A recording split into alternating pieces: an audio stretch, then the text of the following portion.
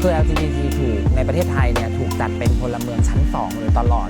เขาแยกพรบออกมาก็คือพรบ